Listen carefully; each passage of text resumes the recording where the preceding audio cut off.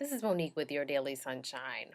Let's talk about affairs of the hearts. Why the heart? Well, the reason why I was out of town last week was because my uncle was going in for heart stents. Just felt the need to be there to support my aunt, who's my mom's sister, um, while her husband went in for surgery. So, went down for the surgery.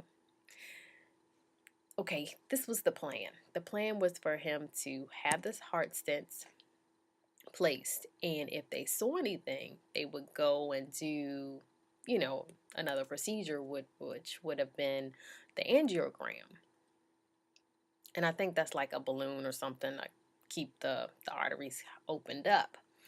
Well, when they got in there, it was a little bit more blockage than they had anticipated. So they kind of told him while he was in there, oh, yeah, by the way, you need bypass surgery.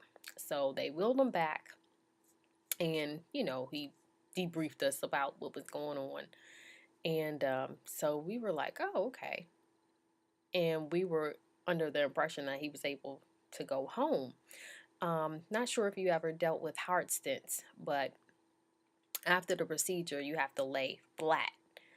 You can't move the leg where you had them placed, so you have to keep it straight for like 3, 4, 5, 6 hours. It just depends on the healthcare facility and what they say. So for him, it was 3 hours. But just before his time was up, we saw these. Well, it was two doctors and a PA, physician assistant. They come in and say, "Oh, I'm, Doctor So and So. I'm from, this department, and I can't get you on the schedule today, but I'll see you in the morning. I can do the bypass if you choose in the morning." He said, "You have a trip. We'll be doing a triple bypass," and we were like, "Wow." He said, "You're 95% blocked." Wow. So for my aunt and uncle, this had been a whirlwind.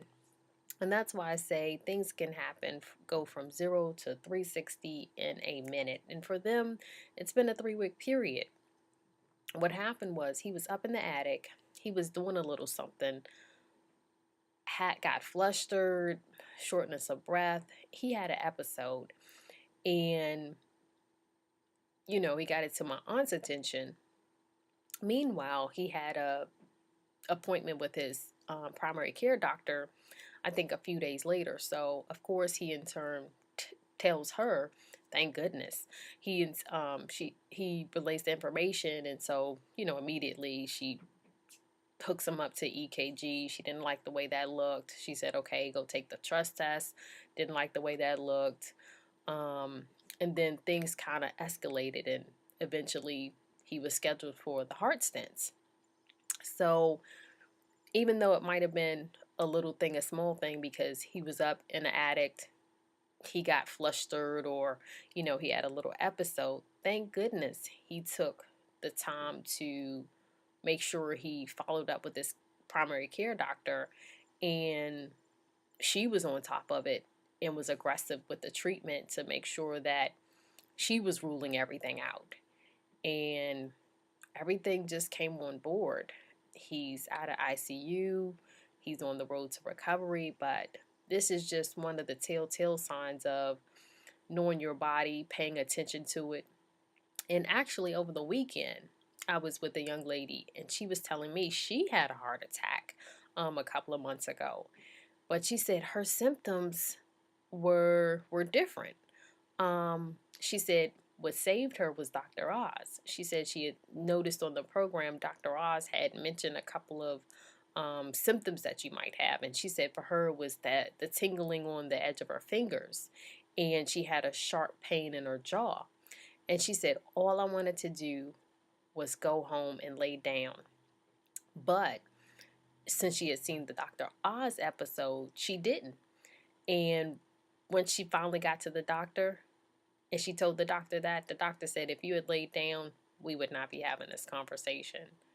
So it was just, it's just very important to know your body, but to pay attention to it and then get the proper attention that it needs. But just to know for women, it's a silent killer, and our symptoms, we're not symptomatic like the men are, and our symptoms may not be the same.